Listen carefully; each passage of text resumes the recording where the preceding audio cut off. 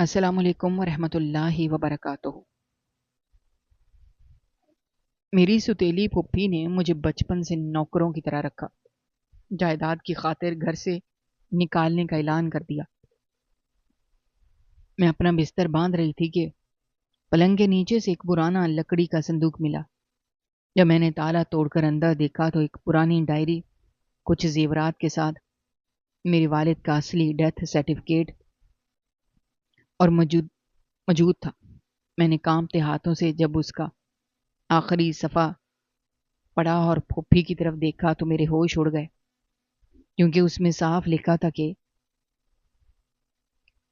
میرے ہوش سنبھالنے کے بعد سے میری زندگی کسی اندھیری رات کی طرح تاریک ہو گئی تھی، کیونکہ میرے والد کی وفات کے بعد میری ستیلی پھوپھی نے مجھے بچپن سے ہی ایک عام خادمہ کی طرح رکھا۔ گھر کے تمام کام کاج مجھ پر لا دیے۔ والد کے سائے کے اٹھتے ہی جیسے اس گھر کی دیواریں مجھ پر کاٹنے کو دوڑتی تھی۔ میں نے اپنا بچپن کھیل کود اور لاڈ پیار کے بجائے جھاڑو پوچے برتنوں کے ڈھیر میں گزارا۔ مجھے آج بھی وہ دن یاد ہے جب والد کا جنازہ اٹھا تھا۔ پھوپھی نے کس طرح فوراً ہی گھر کی ساری چابیوں پر اپنا قبضہ جما لیا تھا، اور اسی دن سے میرا بستر اس خوبصورت کمرے سے نکال کر چھت پر بنے ایک خستہ حال اور اندھیرے کمرے میں منتقل کر دیا، جہاں نہ ہوا کا مناسب گزر تھا، نہ سردی گرمی سے بچنے کا کوئی انتظام۔ میں صبح سورج نکلنے سے پہلے بیدار ہوتی اور رات گئے تک مسلسل مشقت کرتی۔ سردیوں کی ٹھٹھرتی راتوں میں مجھے برف جیسے ٹھنڈے پانی سے کپڑے اور برتن دھونے پڑتے، اور میری انگلیاں سن ہو کر نیلی پڑ جاتی، لیکن ان کے ماتھے پر کبھی رحم کی کوئی شکن تک نہ ابھری۔ گرمیوں کی تپتی دوپہروں میں جب سورج آگ برسا رہا ہوتا، مجھے بھٹی جیسی باورچی خانے میں کھڑے ہو کر گھنٹوں کھانا بنانا پڑتا۔ ان کے دل میں میرے لیے ذرا بھی درد نہیں تھا۔ وہ ہر وقت مجھے تانے دیتے کہ میں ان پر ایک بوجھ ہوں اور میں ان کا کھا رہی ہوں، حالانکہ یہ سب کچھ میرے اپنے والد کا بنایا ہوا تھا۔ جب میں چھوٹی تھی تو اکثر روتے ہوئے سوچتی تھی کہ شاید میں نے کوئی بہت بڑی غلطی کی ہے، جس کی وجہ سے اتنی کڑی سزا مل رہی ہے۔ میں نے کبھی کسی سے شکوہ نہیں کیا، کیونکہ میرا اس دنیا میں ان کے سوا اور کوئی تھا ہی نہیں جو میرے سر پر ہاتھ رکھتا یا میرے آنسو پونچھتا۔ میری تعلیم پر تو انہوں نے اسی دن پابندی لگا دی تھی جب انہوں نے گھر کا انتظام سنبھالا تھا۔ ان کا کہنا تھا کہ مجھ جیسی بوجھ بننے والی لڑکیوں کو پڑھ لکھ کر کچھ نہیں ملتا۔ میرا کام صرف ان کی خدمت کرنا، تہواروں کے دنوں میں جب باقی سب لوگ خوشیاں مناتے اور نئے کپڑے پہنتے، مجھے پرانے اور پھٹے ہوئے کپڑوں میں سارا دن مہمانوں کی خدمت کرنی پڑتی۔ اگر کبھی میں تھک کر تھوڑی دیر کے لیے بیٹھ جاتی یا مجھ سے کوئی کام ٹھیک سے نہ ہوتا تو مجھ پر ظلم کی انتہا کر دی جاتی۔ مجھے مارا پیٹا جاتا، کئی کئی دن تک بھوکا رکھا جاتا۔ میں اکثر راتوں کو چھپ کر روتی اور اپنے والد کو یاد کرتی کہ کاش وہ آج زندہ ہوتے تو مجھے اس عذاب سے بچا لیتے، لیکن میری آہیں اور سسکیاں سننے والا کوئی نہیں تھا۔ اگر کبھی میں شدید بیمار پڑ جاتی، بخار سے میرا جسم تپ رہا ہوتا، مجھے کوئی دوا نہیں دی جاتی تھی، بلکہ بخار کی حالت میں مجھ سے دگنا کام لیا جاتا تھا تاکہ میں مزید بیمار ہو کر مر جاؤں۔ وقت گزرتا گیا اور میری عمر کے ساتھ ساتھ ان کے ظلم اور ستم میں بھی بے پناہ اضافہ ہوتا چلا گیا۔ مجھے آہستہ آہستہ ان کی اصلیت اور اس سارے ظلم کی وجہ سمجھ آنے لگی۔ ان کا مقصد صرف اور صرف میرے والد کی چھوڑی ہوئی وہ ساری دولت، زمین اور مکان تھا جس پر وہ اپنا مکمل تسلط جمانا چاہتے تھے۔ انہوں نے مجھ سے میرے تمام رشتہ داروں کو دور کر دیا تاکہ کوئی میری حالت زار نہ دیکھ سکے، نہ ہی میری مدد کو پہنچ سکے۔ وہ اکثر راتوں کو جاگ کر پرانے کاغذات دیکھتے۔ میں نے کئی بار انہیں ان کاغذات پر کچھ لکھتے پڑھتے دیکھا تھا۔ ان کے دل میں مال و زر کی ایسی ہوس پیدا ہو چکی تھی جس نے ان سے انسانیت بالکل چھین لی تھی۔ وہ ہر روز مجھے یہ باور کراتے کہ میرا اس دنیا میں کوئی نہیں ہے، اور یہ کہ والد نے میرے لیے کچھ نہیں چھوڑا۔ حالانکہ میں جانتی تھی کہ والد نے ایک بہت بڑا ورثہ چھوڑا ہے جس کی اصل وارث میں ہوں، لیکن میری پھپھی کی لالچی نظریں اس تمام ورثے پر جمی ہوئی تھی۔ وقت کے ساتھ ساتھ ان کا رویہ مزید تلخ اور ظالمانہ ہوتا گیا۔ انہوں نے گھر کے تمام قیمتی سامان پر اپنا قبضہ جما لیا۔ اب ان کا اگلا ہدف یہ تھا کہ مجھے اس گھر سے مکمل طور پر بے دخل کر دیا جائے۔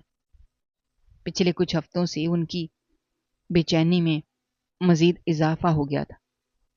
وہ بلا وجہ مجھ پر چیختی، مجھ سے لڑنے کا کوئی نہ کوئی بہانہ تلاش کرتی۔ آج صبح سے ہی ان کے تیور بالکل بدلے ہوئے تھے۔ انہوں نے مجھے کوئی بھی کام بھی نہیں کہا تھا۔ وہ سارا دن گھر کے مختلف حصوں کا جائزہ لیتی رہیں، جیسے وہ کوئی بہت بڑا فیصلہ کر چکی ہوں اور بس اسے عملی جامہ پہنانے کی دیر ہو۔ دوپہر کے وقت انہوں نے مجھے اپنے پاس بلایا۔ ان کی آنکھوں میں عجیب سی چمک اور بے پناہ غصہ تھا۔ انہوں نے بغیر کسی تمہید کے مجھ پر یہ واضح کر دیا کہ انہوں نے جائیداد کے تمام معاملات طے کر لیے ہیں اور اب اس گھر میں میرا کوئی وجود باقی نہیں رہا۔ انہوں نے انتہائی سخت اور بے رحم لہجے میں مجھ سے کہا کہ میں ان کے راستے کی سب سے بڑی رکاوٹ ہوں اور اب وہ مجھے مزید اس گھر میں برداشت نہیں کر سکتی۔ ان کی لالچ اور ہوس اس حد تک بڑھ چکی تھی کہ انہیں میرا اس گھر میں سانس لینا بھی گوارا نہیں تھا۔ وہ چاہتے تھے کہ میں ہمیشہ کے لیے ان کی نظروں سے دور ہو جاؤں تاکہ وہ اکیلے اس ساری دولت کے مزے لوٹ سکے۔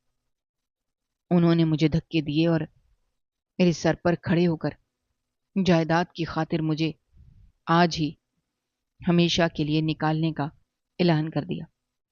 اس بے رحم اور ظالمانہ فیصلے نے میرے قدموں تلے سے زمین کھینچ لی۔ مجھے ایسا محسوس ہو رہا تھا جیسے کسی نے میرا دل نکال کر میرے ہی قدموں میں رکھ دیا ہو۔ میری آنکھوں کے سامنے ایک گہرا اور خوفناک اندھیرا چھا گیا۔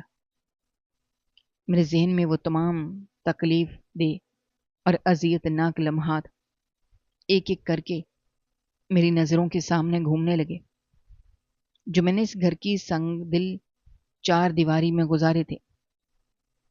وہ گھر جسے میرے شفیق اور مہربان والد نے اپنے خون پسینے کی حلال کمائی سے کتنے پیار اور بے شمار ارمانوں سے بنایا تھا، آج اسی گھر سے مجھے دھکے دے کر نکالا جا رہا تھا۔ میں بوجھل قدموں اور ٹکڑے ٹکڑے ہوتے دل کے ساتھ اپنے اس تاریک اور چھوٹے سے کمرے کی طرف چل پڑی جو چھت کے ایک ویران کونے میں واقع تھا۔ میرے قدموں میں بالکل جان نہیں تھی۔ آنکھوں سے آنسوؤں کی ایک نہ رکنے والی جھڑی لگی ہوئی تھی جو کسی بھی صورت تھمنے کا نام ہی نہیں لے رہی تھی۔ کمرے تک جانے والا ہر قدم مجھے موت کی طرف جانے والے سفر کی طرح بھاری لگ رہا تھا۔ سیڑھیوں کا ہر زینہ چڑھتے ہوئے مجھے اپنے والد کی وہ مسکراہٹ یاد آ رہی تھی جب وہ مجھے اپنے کندھوں پر بٹھا کر ان سیڑھیوں پر دوڑا کرتے تھے، اور آج وہی سیڑھیاں مجھے کاٹنے کو دوڑ رہی تھیں۔ میری سماعتوں میں اچانک نیچے سے پھر میری ستیلی پھپھی کی کرخت اور غصے سے بھری ہوئی آوازیں گونجنے لگیں جو شاید اب بھی مجھے برا بلا کہہ رہی تھی اور کسی ملازم پر اپنا غصہ نکال رہی تھی۔ ان کی وہ آوازیں جو مجھے ہمیشہ خوفزدہ کر دیا کرتی تھی۔ آج مجھے ایک عجیب سی بے بسی کا احساس دلا رہی تھی۔ کمرے میں پہنچ کر میں بے بسی سے کچے اور ٹھنڈے فرش پر گر پڑی اور پھوٹ پھوٹ کر رونے لگی۔ مجھے اپنا کوئی مستقبل نظر نہیں آ رہا تھا، نہ ہی کوئی ایسی پناہ گاہ تھی جہاں میں جا کر اپنے دکھ بانٹ سکتی۔ میری پوری دنیا بس یہی گھر تھا، اور اب یہ آخری چھت بھی مجھ سے بے دردی سے چھینی جا رہی تھی۔ میرے رونے کی آواز اس چھوٹے سے کمرے کی دیواروں سے ٹکرا کر مجھ تک واپس آ رہی تھی، کیونکہ اس حویلی نما گھر میں میری سسکیاں سننے والا اور میرے آنسو پوچھنے والا کوئی بھی نہیں تھا۔ اس ویران اور حبس زدہ کمرے میں جہاں ہوا کا گزر بھی مشکل سے ہوتا تھا، مجھے اچانک پسینہ آنے لگا۔ گھبراہٹ کے مارے میرا سانس پھولنے لگا۔ کمرے کی فضا میں اڑتی ہوئی گرد اور مٹی میرے حلق میں جا رہی تھی، جس سے مجھے شدید کھانسی آنے لگی۔ میں نے گھنٹوں فرش پر بیٹھ کر اپنی قسمت پر ماتم کیا اور رو رو کر میری آنکھیں سوج گئیں۔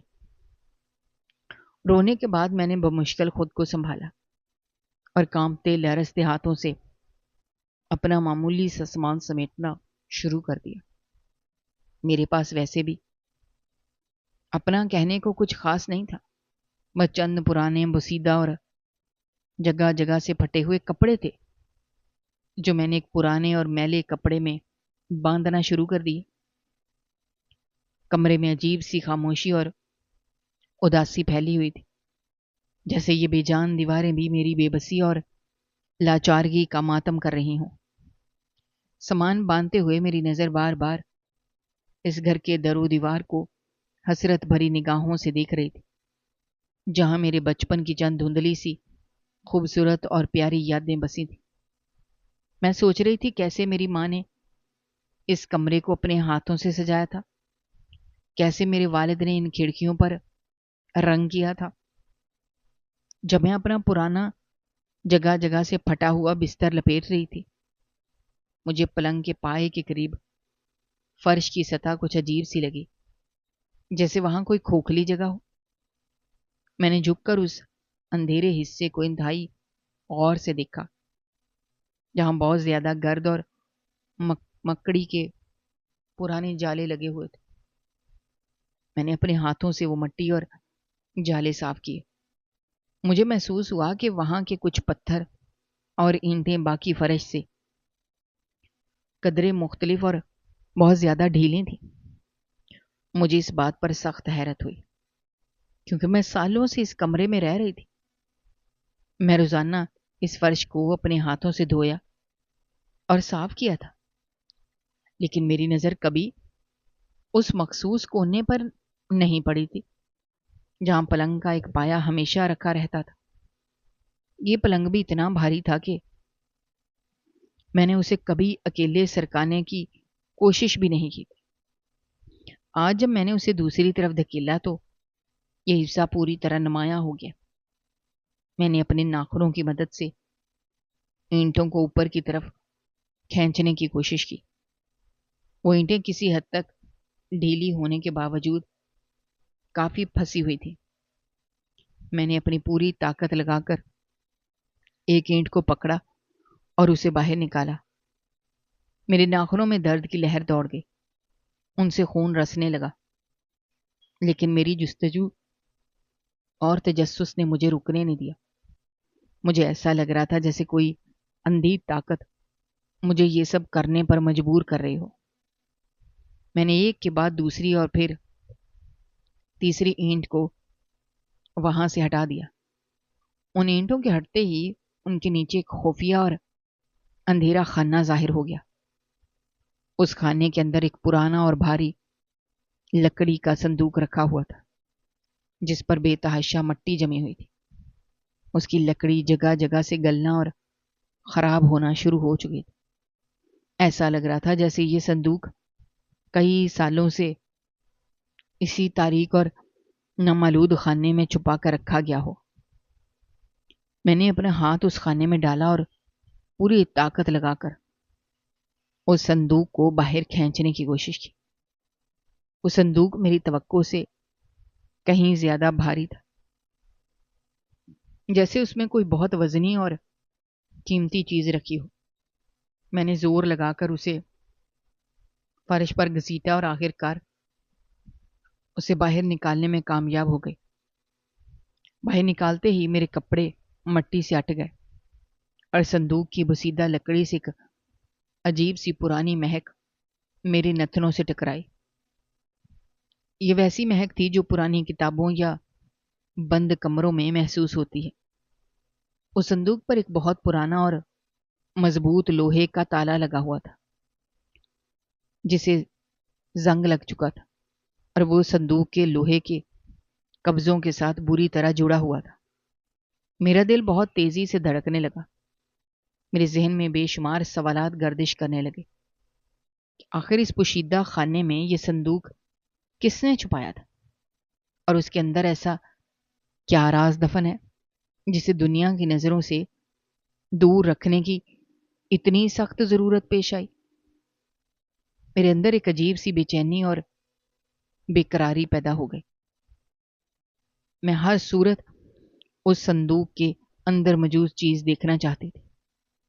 میں نے سوچا کہ شاید میرے والد نے میرے لیے کوئی نشانی چھوڑی ہو، یا شاید اس میں کوئی ایسا راز ہو جو میری موجودہ تاریک زندگی میں کوئی روشنی کی کرن لا سکے۔ میں نے جلدی سے کمرے کے کونے میں پڑا ہوا ایک پرانا اور بھاری پتھر اٹھایا جو میں اکثر دروازہ روکنے کے لیے استعمال کرتی تھی، اور اپنے دونوں ہاتھوں سے اسے مضبوطی سے پکڑ کر پوری طاقت کے ساتھ اس زنگ آلود تالے پر مارنا شروع کر دیا۔ خوف، دکھ اور جستجو کے ملے جلے جذبات نے میرے اندر ایک نئی اور انوکھی طاقت بھر دی تھی۔ میں مسلسل اس پتھر کو تالے پر مارتی رہی۔ میری سانسیں پھول چکی تھیں، پسینہ میری پیشانی سے بہہ کر میری آنکھوں میں جا رہا تھا۔ میرے ہاتھوں میں پتھر کی رگڑ سے شدید درد ہونے لگا تھا، لیکن میں نے ہمت نہیں ہاری۔ بار بار پتھر کو ہوا میں بلند کرتی اور پوری قوت سے اس تالے پر دے مارتی۔ لوہے اور پتھر کے ٹکرانے سے چنگاریاں سی اڑتی، لیکن تالا ٹوٹنے کا نام نہیں لے رہا تھا۔ میں نے اپنے دل میں دعا مانگی کہ یا اللہ میری مدد فرما، مجھے جاننا ہے کہ اس میں کیا ہے، اور میں نے اپنی آخری طاقت جمع کر کے پتھر کو ایک بار پھر تالے کے عین بیچ میں دے مارا۔ چند بار مسلسل اور زوردار ضربیں لگانے کے بعد وہ پرانا اور زنگ کھایا ہوا تالا بالآخر ایک کھوکھلی اور کرخت آواز کے ساتھ ٹوٹ کر نیچے گر گیا۔ تالا ٹوٹتے ہی میرے دل کی دھڑکنیں مزید تیز ہو گئی اور میرے ہاتھ لرزنے لگے۔ میں نے جلدی سے اپنے کانپتے ہوئے ہاتھوں کے ساتھ صندوق کا بھاری اور بسیدہ ڈھکن اوپر اٹھایا۔ ڈھکن کھلتے ہی صندوق کے قبضوں سے ایک تیز اور چرچراہٹ بھری آواز پیدا ہوئی۔ اندر سے ایک عجیب سی پرانی اور بند مہک آئی، جو ان چیزوں سے آتی ہے جنہیں برسوں سے کھلی ہوا نہ لگی ہو۔ میں نے صندوق کے اندر جھانکا۔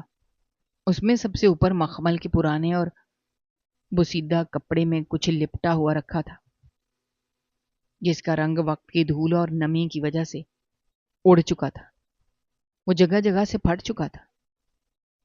میں نے بے حد دھڑکتے دل کے ساتھ اس مخملی کپڑے کو اپنے ہاتھوں میں اٹھایا، اس کی تہوں کو نہایت احتیاط سے کھولا۔ اندر میری مرحومہ ماں کے کچھ پرانے چمکدار زیورات رکھے تھے، جنہیں دیکھ کر میرے دل میں شدید درد اٹھا۔ میری آنکھوں میں دوبارہ آنسو چھلک پڑے۔ یہ وہی زیورات تھے جو میں نے اپنے بچپن میں اپنی ماں کو پہنے دیکھا تھا،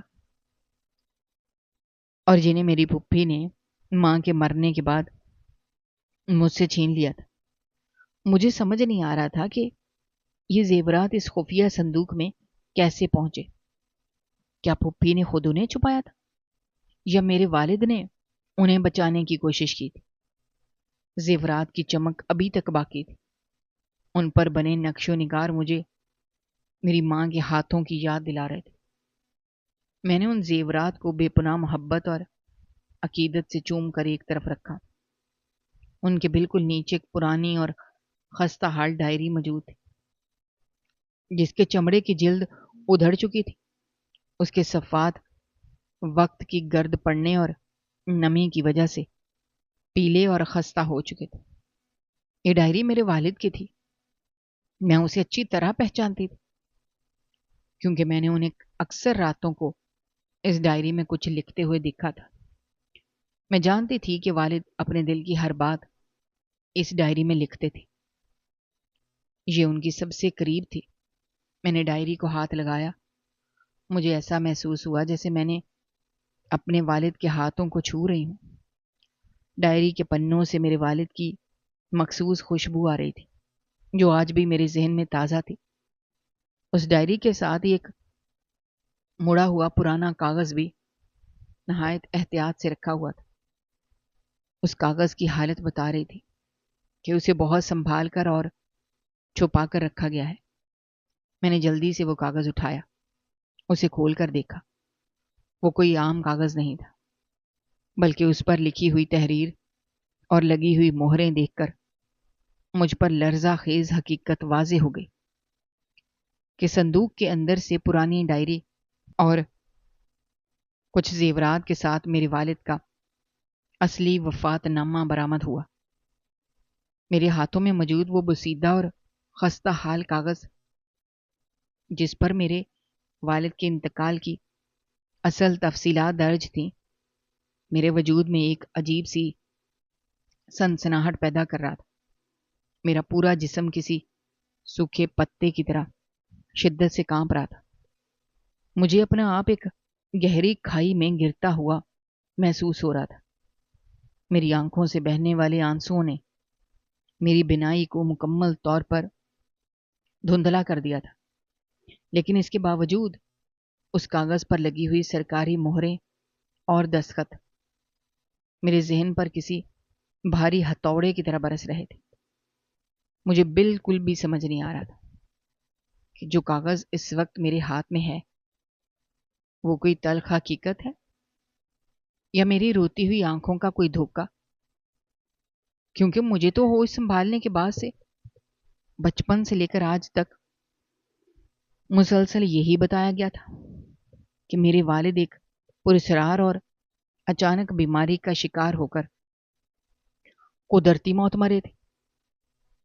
لیکن یہ پرانا اور زرد پڑ چکا کاغذ تو کچھ اور ہی خوفناک کہانی سنا رہا تھا۔ میں نے بے ساختہ اس کاغذ کو تہہ کر کے اپنے دھڑکتے سینے سے لگا لیا۔ میری سسکیاں اور بھی زیادہ تیز ہو گئیں۔ مجھے اپنے مہربان اور شفیق والد کی بے پناہ یاد آ رہی تھی۔ میرا دل کر رہا تھا کہ آج میں اس بند کمرے میں چیخ چیخ کر روؤں اور اپنی ساری زندگی کا غبار نکال دوں، لیکن خوف اور صدمے کے مارے میرے حلق سے کوئی واضح آواز نہیں نکل رہی تھی۔ اس کاغذ کے بالکل ساتھ ہی وہ پرانی ڈائری بھی فرش پر پڑی تھی، جس کے چمڑے کی سیاہ جلد جگہ جگہ سے ادھڑ چکی تھی۔ اس کے دھاگے باہر نکل آئے تھے۔ میں نے اپنے کانپتے اور لرزتے ہاتھوں سے اس مٹی میں اٹی ڈائری کو اٹھایا۔ مجھے یوں لگا جیسے میں نے اپنے والد کے گرم اور زندہ ہاتھوں کو تھام لیا ہو۔ اس ڈائری کے پیلے پڑ چکے صفحات سے بالکل وہی جانی پہچانی اور مہکتی خوشبو آ رہی تھی جو میرے والد کے کپڑوں سے آیا کرتی تھی، جسے میں نے اتنے سالوں سے اپنے ذہن کے کسی تاریک کونے میں بہت احتیاط سے محفوظ رکھا ہوا تھا۔ میں نے بہت عقیدت اور محبت کے ساتھ اس ڈائری کا پہلا صفحہ کھولا۔ وہاں میرے والد کی خوبصورت اور جانی پہچانی لکھائی میں میرا نام لکھا ہوا تھا، جسے دیکھ کر میری آنکھوں سے آنسوؤں کا ایک نیا اور نہ رکنے والا سیلاب امڑ آیا۔ میں نے ڈائری کے ان خستہ صفحات کو بہت آہستہ آہستہ اور احتیاط سے پلٹنا شروع کیا۔ تاکہ وہ کہیں میرے ہاتھوں میں ہی ٹوٹ کر بکھر نہ جائیں۔ ڈائری کے ہر صفحے پر ان کی زندگی کے مختلف اور اہم واقعات، ان کی روزمرہ کی الجھنیں، ان کی گہری سوچیں، میرے لیے ان کی بے پناہ محبت کے الفاظ بکھرے پڑے تھے۔ جیسے جیسے میں وہ صفحات پلٹ رہی تھی، میرا دل ایک عجیب سے بوجھ تلے اور اداسی تلے دبتا جا رہا تھا۔ میں ان کی تحریر کے ایک ایک لفظ کو اپنی انگلیوں سے چھو رہی تھی۔ مجھے ان کی موجودگی کا شدت سے احساس ہو رہا تھا۔ مجھے ایسا لگ رہا تھا جیسے وہ اسی کمرے میں میرے پاس کھڑے مجھے مسلسل دیکھ رہے ہیں اور مجھ سے کوئی بہت ضروری بات کہنا چاہتے ہیں۔ ڈائری کے درمیانی صفحات پر پہنچ کر تحریر کا انداز تھوڑا بدل گیا تھا۔ وہاں انہوں نے اپنی نامعلوم بیماری کا اور دن بدن بڑھتی کمزوری کا ذکر کیا تھا، جو انہوں نے اچانک کسی سائے کی طرح گھیرنے لگی تھی۔ انہوں نے بہت دکھ کے ساتھ لکھا تھا کہ کس طرح ان کی طبیعت دن بدن گرتی جا رہی ہے اور انہیں اپنے جسم میں ایک عجیب سی تھکن اور ناقابل برداشت درد محسوس ہونے لگا، جس کی انہیں کوئی سمجھ نہیں آ رہی تھی۔ یہ سب پڑھ کر میری بے چینی اور اضطراب میں مزید اضافہ ہو گیا، کیونکہ مجھے اچھی طرح یاد تھا وہ اپنے آخری دنوں میں کتنے زیادہ کمزور اور لاغر ہو گئے تھے۔ ان کا ہنستا مسکراتا چہرہ کیسے زرد پڑ گیا تھا۔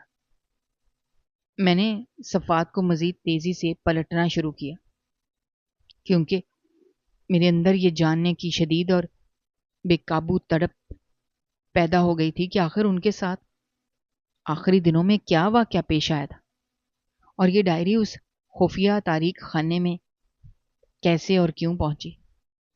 صفحات پلٹتے پلٹتے میں ڈائری کے بالکل آخری حصے تک پہنچ گئی، جہاں کے صفحات قدرے مڑے ہوئے تھے۔ ان پر نیلی سیاہی کے پھیلنے کے ساتھ ساتھ کچھ گول اور ہلکے داغ بھی لگے تھے، جو یقیناً میرے والد کے گرنے والے آنسوؤں یا ان کے ماتھے کے پسینے کے قطرے تھے۔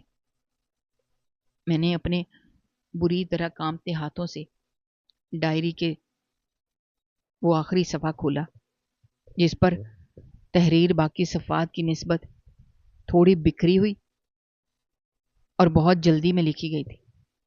معلوم ہو رہی تھی جیسے لکھنے والے کے ہاتھ اس وقت بری طرح کانپ رہے ہوں، یا اسے کوئی بہت بڑی جلدی ہو اور وہ اپنا آخری پیغام کسی بھی طرح محفوظ کرنا چاہتا ہو۔ میری ڈبڈبائی ہوئی نظریں اس آخری صفحے کی پہلی سطر پر پڑیں، اور جیسے جیسے میں ان لرزتے الفاظ کو پڑھتی گئی، میرے قدموں تلے سے زمین مکمل طور پر کھسکتی گئی۔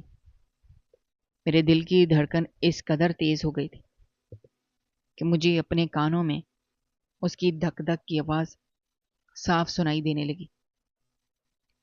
میرا سانس میرے گلے میں اٹکنے لگا۔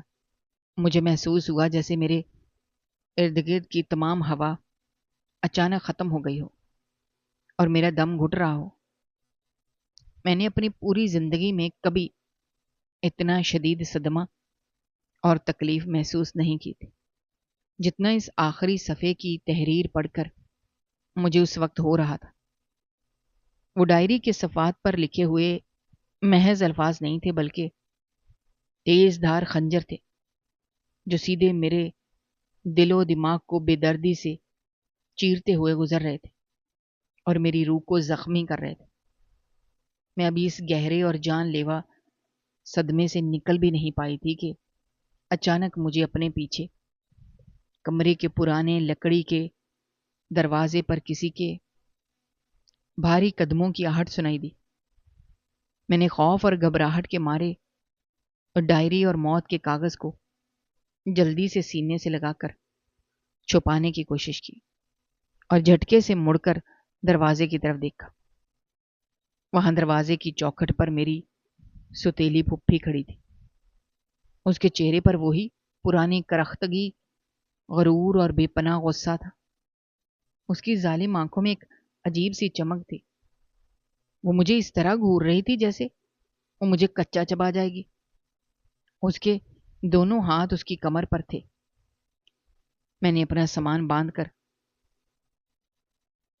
یہ کمرہ خالی کیا ہے یا نہیں، اور جاتے جاتے مجھے مزید ذلیل و رسوا کرنے کا ارادہ رکھتی تھی، لیکن اس وقت مجھے اس کے چہرے پر موجود غصے اور نفرت سے رتی برابر بھی ڈر نہیں لگ رہا تھا، بلکہ اس کے بجائے میرے اندر ایک عجیب سی نفرت، انتقام اور شدید غصے کی آگ بھڑک اٹھی تھی، جو میری رگوں میں ابلتے ہوئے خون کی طرح دوڑ رہی تھی۔ میں نے اسے سکتے اور بے یقینی کی حالت میں دروازے پر کھڑی اس ظالم اور سفاک عورت کی طرف دیکھا، جس نے میری پوری زندگی میرے پیروں تلے روند کر برباد کر دی تھی، جس نے مجھ سے میرا معصوم بچپن، میری تمام خوشیاں اور میرا سارا سکون بے دردی سے چھین لیا تھا۔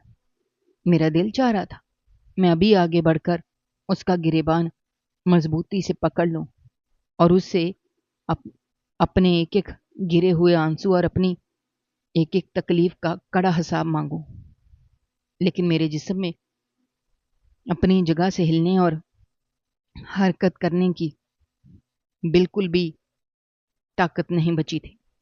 میں بس وہیں فرش پر بیٹھی اسے اپنی پھٹی ہوئی سرخ آنکھوں سے مسلسل گھور رہی تھی، اور میرا سن ہو چکا دماغ بار بار ڈائری کے اس آخری صفحے پر لکھے ہوئے ان ہولناک اور دل دہلا دینے والے الفاظ کی طرف جا رہا تھا۔ اس پر انتقال کی اصل اور لرزہ خیز تفصیلات درج تھیں، میرے وجود میں ایک عجیب سی سنسناہٹ پیدا کر رہا تھا۔ میرا پورا جسم کسی تیز آندھی میں ہلتے ہوئے سوکھے پتے کی طرح شدت سے کانپ رہا تھا۔ مجھے اپنا آپ ایک گہری اور تاریک کھائی میں گرتا ہوا محسوس ہو رہا تھا۔ میری آنکھوں سے بہنے والے آنسوؤں نے میری بینائی کو مکمل طور پر دھندلا کر دیا تھا، لیکن اس کے باوجود اس کاغذ پر لگی ہوئی سرکاری مہریں اور دستخط میرے ذہن پر کسی بھاری ہتھوڑے کی طرح برس رہی تھی۔ مجھے بالکل بھی سمجھ نہیں آ رہا تھا کہ جو کاغذ اس وقت میرے ہاتھ میں ہے وہ کوئی تلخ اور خوفناک حقیقت ہے یا میری روتی ہوئی آنکھوں کا کوئی دھوکہ، کیونکہ مجھے تو ہوش سنبھالنے کے بعد بچپن سے لے کر آج تک مسلسل یہی بتایا گیا تھا کہ میرے والد ایک پرسرار اور اچانک بیماری کا شکار ہو کر قدرتی موت مرے تھے، لیکن یہ پرانا اور زرد پڑ چکا کاغذ تو کچھ اور ہی بھیانک کہانی سنا رہا تھا۔ میں نے بے ساختہ اس کاغذ کو طے کر کے اپنی شدت سے دھڑکتے سینے سے لگا لیا، اور میری سسکیاں اور بھی تیز ہو گئیں۔ مجھے اپنے مہربان اور شفیق والد کی بے پناہ یاد آ رہی تھی، اور میرا دل کر رہا تھا کہ میں آج اس بند کمرے میں چیخ چیخ کر روؤں اور اپنی برسوں کی جمع شدہ تکلیفوں کا سارا غبار نکال دوں، لیکن خوف اور صدمے کے مارے میرے حلق سے کوئی بھی آواز واضح نہیں نکل رہی تھی۔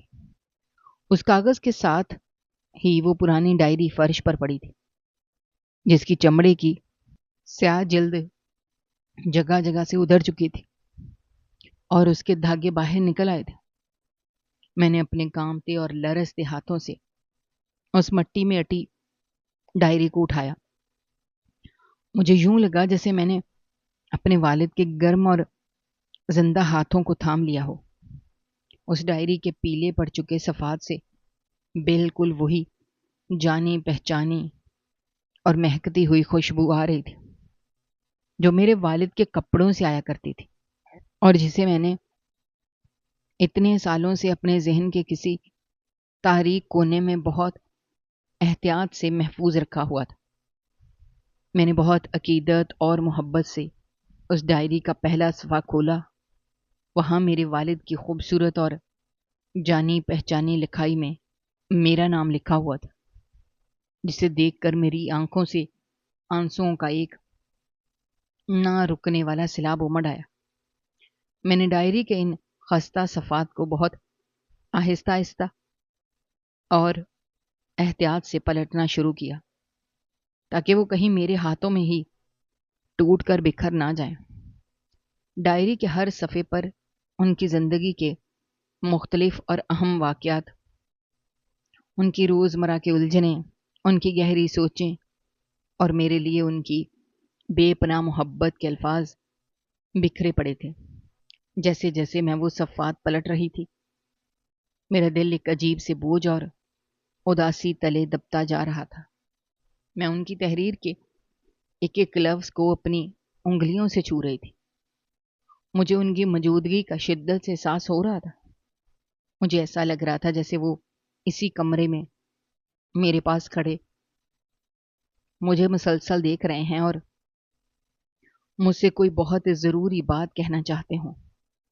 ڈائری کے درمیانی صفحات پر پہنچ کر تحریر کا انداز تھوڑا بدل گیا۔ وہاں انہوں نے اپنی نامعلوم بیماری اور دن بدن بڑھتی ہوئی کمزوری کا ذکر کیا تھا، جو انہیں اچانک کسی پرسرار سائے کی طرح اپنی لپیٹ میں لے رہا تھا۔ انہوں نے بہت دکھ اور تکلیف کے ساتھ لکھا تھا کہ کس طرح ان کی طبیعت دن بدن گرتی جا رہی تھی۔ انہیں اپنے جسم میں ایک عجیب سی تھکن اور ناقابل برداشت درد محسوس ہونے لگا تھا، جس کی انہیں کوئی سمجھ نہیں آ رہی تھی۔ یہ سب پڑھ کر میری بے چینی اور اضطراب میں مزید اضافہ ہو گیا، کیونکہ مجھے اچھی طرح یاد تھا وہ اپنے آخری دنوں میں کتنے زیادہ کمزور اور لاغر ہو گئے تھے۔ ان کا ہنستا مسکراتا چہرہ کیسے زرد پڑ گیا تھا۔ میں نے صفحات کو مزید تیزی سے پلٹنا شروع کیا، کیونکہ میرے اندر یہ جاننے کی شدید اور بے قابو تڑپ پیدا ہو گئی تھی کہ آخر ان کے ساتھ ان آخری دنوں میں کیا واقعہ پیش آیا تھا، اور یہ ڈائری اس خفیہ اور تاریک خانے میں کیسے اور کیوں پہنچی۔ صفحات پلٹتے پلٹتے میں ڈائری کے بالکل آخری حصے تک پہنچ گئی، جہاں کے صفحات قدرے مڑے ہوئے تھے۔ ان پر نیلی سیاہی کے پھیلنے کے ساتھ ساتھ کچھ گول اور ہلکے داغ بھی تھے، جو یقیناً میرے والد کے گرنے والے آنسوں یا ان کے ماتھے کے پسینے کے قطرے تھے۔ میں نے اپنے بری طرح کانپتے ہاتھوں سے ڈائری کا وہ آخری صفحہ کھولا جس پر تحریر باقی صفحات کی نسبت تھوڑی بکھری ہوئی اور بہت جلدی میں لکھی گئی معلوم ہو رہی تھی، جیسے لکھنے والے کے ہاتھ اس وقت بری طرح کانپ رہے ہوں، یا اسے کوئی بہت بڑی جلدی ہو اور وہ اپنا آخری پیغام کسی بھی طرح محفوظ کرنا چاہتا ہوں۔ میری ڈبڈبائی آنکھیں اس آخری صفحے کی پہلی سطر پر پڑیں، اور جیسے جیسے میں ان لرزتے ہوئے الفاظ کو پڑھتی گئی، میرے قدموں تلے سے زمین مکمل طور پر کھسکتی گئی۔ میرے دل کی دھڑکن اس قدر تیز ہو گئی تھی کہ مجھے اپنے کانوں میں اس کی دھک دھک کی آواز سنائی دے رہی تھی۔ میرا دل میرے گلے میں اٹکنے لگا۔ مجھے محسوس ہوا جیسے میرے ارد گرد کی تمام ہوا اچانک ختم ہو گئی ہو اور میرا دم گھٹ رہا ہو۔ میں نے پوری زندگی میں کبھی اتنا شدید صدمہ اور تکلیف برداشت نہیں کی تھی جتنا اس آخری صفحے کی تحریر پڑھ کر مجھے اس وقت ہو رہا تھا۔ وہ ڈائری کے صفحات پر لکھے ہوئے محض الفاظ نہیں تھے، بلکہ تیز دھار خنجر تھے جو سیدھے میرے دل و دماغ کو بے دردی سے چیرتے ہوئے گزرتے رہے۔ اور میرے والد نے اس آخری صفحے پر صاف صاف لکھا تھا کہ ان کی اپنی ستیلی بہن، یعنی میری ستیلی پھپھی، جس پر انہوں نے اپنی جان سے بھی زیادہ بھروسہ کیا تھا، وہ پچھلے 6 ماہ سے انہیں روزانہ ان کے کھانے اور پینے کی چیزوں میں ملا کر ایک ایسا خطرناک اور دھیما زہر دے رہی ہے جو آہستہ آہستہ ان کے جسم کے تمام اعضاء کو اندر سے کھوکھلا اور تباہ کر رہا ہے تاکہ ان کی موت کے بعد وہ اس کی ساری جائیداد، مکان اور زمین پر اپنا مکمل اور ناجائز قبضہ جما سکے اور مجھے میرے حق سے ہمیشہ کے لیے محروم کر دے۔ ڈائری کی اس آخری صفحے پر میرے مہربان والد نے اپنی بے بسی اور تکلیف کا وہ سارا دردناک احوال درج کیا تھا جو انہوں نے اپنی زندگی کے ان آخری اور اذیت ناک دنوں میں سہا تھا۔ انہوں نے لکھا تھا کہ جب انہیں اس زہر کا علم ہوا تب تک بہت دیر ہو چکی تھی۔ ان کا جسم اس قدر کمزور اور لاغر ہو چکا تھا کہ وہ بستر سے اٹھ کر کسی کو کچھ بتانے یا کوئی کارروائی کرنے کے قابل بھی نہیں رہے تھے۔ ان کی آنکھوں کے سامنے ان کی اپنی بہن موت کا فرشتہ بن کر روز ان کے سرہانے کھڑی ہوتی تھی اور انہیں وہ زہریلی دوائیاں زبردستی پلاتی تھی جن سے ان کی سانسیں دن بدن اکھڑتی جا رہی تھیں۔ اس پرانی ڈائری کے ساتھ جو اصلی وفات نامہ اور موت کی سند رکھی تھی، اس پر بھی موت کی واضح وجہ اس مہلک زہر کو قرار دیا گیا تھا جسے چھپا کر میری اس ظالم ستیلی پھوپھی نے کسی بدعنوان شخص کو مال و دولت دے کر دل کے دورے کی ایک جعلی اور جھوٹی سند بنوا لی تھی تاکہ دنیا کی نظروں میں یہ ثابت کر سکے کہ میرے والد ایک قدرتی موت مرے ہیں اور کسی کو اس کے لرزہ خیز اور گھنونے جرم کا رتی برابر بھی شک نہ گزرے۔ یہ سب پڑھنے کے بعد میرے دماغ کی رگیں جیسے پھٹنے لگی تھیں۔ میرے دل میں کئی سالوں سے دبی ہوئی وہ ساری تکلیفیں اور سسکیاں ایک شدید خوف اور غصے کی شکل اختیار کر چکی تھیں۔ میں نے اپنی خونی اور سرخ ہوتی آنکھوں سے دروازے پر کھڑی اس سفاک قاتل عورت کی طرف دیکھا جس کے چہرے پر ابھی تک وہی تکبر اور غرور سوار تھا، لیکن میرا یہ بدلا ہوا وحشت زدہ روپ دیکھ کر اس کے ماتھے پر بھی پریشانی کی چند لکیریں نمودار ہونے لگیں۔ میں نے وہ ڈائری اور موت کی اصل سند اپنے ہاتھوں میں مضبوطی سے پکڑی اور فرش سے ایک جھٹکے کے ساتھ اٹھ کھڑی ہوئی۔ میرا سارا خوف، میری ساری لاچارگی اور میری ساری بے بسی اس ایک لمحے میں کہیں غائب ہو چکی تھی اور ان کی جگہ ایک ایسی چٹان جیسی مضبوطی نے لے لی تھی جسے اب دنیا کی کوئی طاقت نہیں توڑ سکتی تھی۔ میں نے بغیر کوئی لفظ بولے، بغیر کوئی آنسو بہائے اس پرانے صندوق کو وہیں چھوڑا اور تیز قدموں سے چلتی ہوئی اس ظالم عورت کے بالکل سامنے جا کر کھڑی ہو گئی۔ اس کی آنکھوں میں پہلی بار میں نے عجیب سا خوف اور بوکھلاہٹ دیکھی تھی، کیونکہ اس نے مجھے ہمیشہ ایک ڈری سہمی کانپتی ہوئی لڑکی کے روپ میں ہی دیکھا تھا۔ آج میرا یہ شیرنی جیسا روپ اس کے لیے بالکل نیا اور حیران کن تھا۔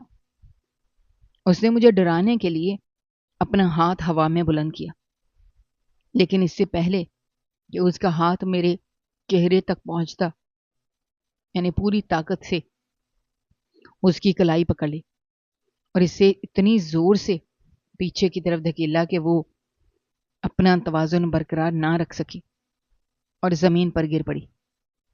اس کے منہ سے ایک حیرت زدہ اور خوفناک چیخ نکلی۔ وہ مجھے برا بھلا کہنے لگی، لیکن میں نے اس کی ایک نہ سنی اور سیدھا کمرے سے باہر نکل کر اس پرانے مواصلاتی آلے کی طرف بھاگی جو دلان کے کونے میں رکھا تھا۔ میں نے جلدی سے قانون کے محافظوں سے رابطہ کیا اور انہیں اپنے گھر کا پتہ بتاتے ہوئے ایک انتہائی سنگین اور پرانے قتل کی اطلاع دی۔ میری آواز میں اتنی سنجیدگی اور پختگی تھی کہ انہوں نے فوراً میری بات کا یقین کر لیا۔ کچھ ہی دیر میں پہنچنے کی یقین دہانی کرائی۔ میری یہ کاروائی دیکھ کر وہ ظالم عورت زمین سے اٹھی اور میری طرف جھپٹنے کی کوشش کرنے لگی۔ اس کی آنکھوں میں ایک پاگل پن اور وحشت اتر آئی تھی۔ وہ مجھ سے وہ ڈائری اور وہ ثبوت چھیننا چاہتی تھی تاکہ وہ اپنے اس بھیانک جرم کو ہمیشہ کے لیے چھپا سکے۔ لیکن میں بھی اپنی جان پر کھیل کر ان ثبوتوں کی حفاظت کرنے کے لیے پوری طرح تیار تھی۔ میں نے دلان میں پڑا ہوا ایک بھاری ڈنڈا اپنے ہاتھ میں اٹھا لیا اور اسے خبردار کیا کہ اگر وہ میرے قریب بھی آئی تو میں اس کا سر پھاڑ دوں گی۔ میری آنکھوں میں موجود سچائی اور انتقام کی آگ دیکھ کر وہ وہیں رک گئی۔ پھر اس نے اپنے پرانے ہتھیار یعنی مگرمچھ کے آنسوں کا سہارا لینا شروع کر دیا۔ وہ میرے قدموں میں گر کر رونے لگی، مجھے میری پھپھی ہونے کے واسطے دینے لگی، مجھ سے معافی مانگنے لگی، کہنے لگی کہ وہ لالچ میں اندھی ہو گئی تھی، اس نے یہ سب کچھ جان بوجھ کر نہیں کیا۔ لیکن اس کی یہ ساری جھوٹی اور بناوٹی باتیں اب میرے دل پر کوئی اثر نہیں کر رہی تھیں۔ مجھے اس کے ہر آنسو میں اپنے بے گناہ اور مظلوم والد کا خون نظر آ رہا تھا۔ مجھے اپنی وہ ساری تاریک راتیں یاد آ رہی تھیں جو میں نے بھوکے پیٹ اس کے ظلم اور تشدد کا نشانہ بن کر گزاری تھی۔ میں ایک پتھر کے مجسمے کی طرح وہاں کھڑی رہی اور اس کی منافقت کا تماشا دیکھتی رہی، جیسے چند لمحوں بعد گھر کے باہر سرکاری گاڑیوں کے بجنے والے آلات کی تیز اور کان پھاڑ دینے والی آوازیں گونجنے لگیں اور کچھ ہی دیر میں قانون کے محافظ گھر کے اندر داخل ہو گئے۔ ان کے گھر میں داخل ہوتے ہی اس ظالم عورت کے چہرے کا رنگ بالکل سفید پڑ گیا۔ وہ خوف سے تھر تھر کانپنے لگی۔ میں نے آگے بڑھ کر وہ پرانی ڈائری، میری ماں کے زیورات اور سب سے پڑھ کر میرے والد کی موت کی وہ اصل سند جو ان کی زہر خوانی کو ثابت کر رہی تھی، ان محافظوں کے حوالے کر دی اور انہیں پوری تفصیل کے ساتھ آگاہ کیا کہ کس طرح اس عورت نے جائیداد کی خاطر میرے والد کو بے دردی سے مار ڈالا، کس طرح اس نے جعلی دستاویزات کا سہارا لے کر اس موت کو ایک قدرتی موت کا رنگ دے دیا۔ پھر مجھے یہ اس گھر کی چار دیواری میں ظلم و ستم کے پہاڑ توڑے۔ محافظوں کے افسر نے وہ ڈائری اور موت کی سند غور سے دیکھی اور ثبوتوں کو بالکل واضح اور ناقابل تردید پا کر فوراً اس ظالم عورت کو گرفتار کرنے کا حکم دے دیا۔ اس کے ہاتھوں میں آہنی کڑیاں پہنا دی گئیں۔ وہ چیخی چلائی، مجھ سے رحم کی بھیک مانگتی رہی، لیکن کسی نے اس کی ایک نہ سنی۔ جب اسے پکڑ کر گھر کے مرکزی دروازے سے باہر لے جایا جا رہا تھا، میں نے محسوس کیا جیسے اس گھر کی فضاؤں میں چھائی ہوئی برسوں کی تاریکی اور گھٹن اچانک ختم ہو گئی ہو۔ ہر طرف عجیب سا سکون اور روشنی پھیل گئی ہو۔ میں اس ویران دلان میں اکیلی کھڑی تھی، لیکن آج میں خود کو بالکل بھی تنہا یا لاوارث محسوس نہیں کر رہی تھی۔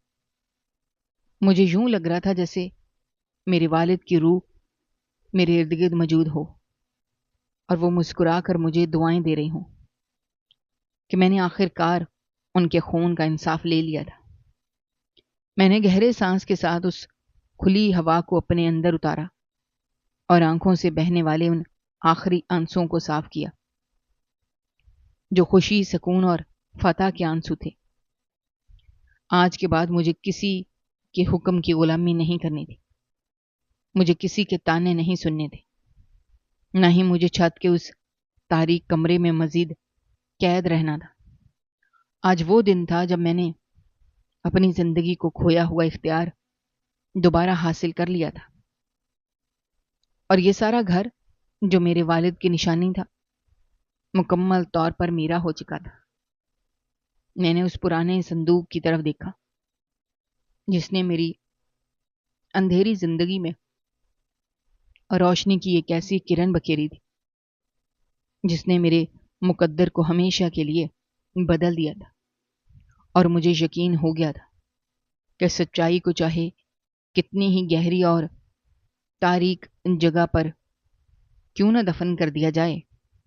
وہ ایک نہ ایک دن اپنا راستہ تلاش کر کے باہر آ ہی جاتی ہے، اور ظالم کو اس کے کیے کی سزا ضرور ملتی ہے۔ آج میری زندگی کا ایک نیا اور خوبصورت باب شروع ہو رہا تھا، جس میں کوئی دکھ، کوئی تکلیف اور کوئی غلامی نہیں تھی، اور میں اپنے گھر کی اصل مالکن بن کر ایک آزاد اور پرسکون زندگی گزارنے کے لیے پوری طرح تیار تھی۔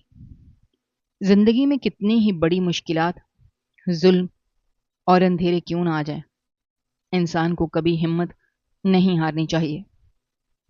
ظلم اور جھوٹ چاہے کتنی ہی مضبوطی سے چھپائے جائیں، سچائی ایک نہ ایک دن باہر آ کر اپنا راستہ ڈھونڈ ہی لیتی ہے، اور ظالم کو اس کے کیے کی سزا ضرور ملتی ہے۔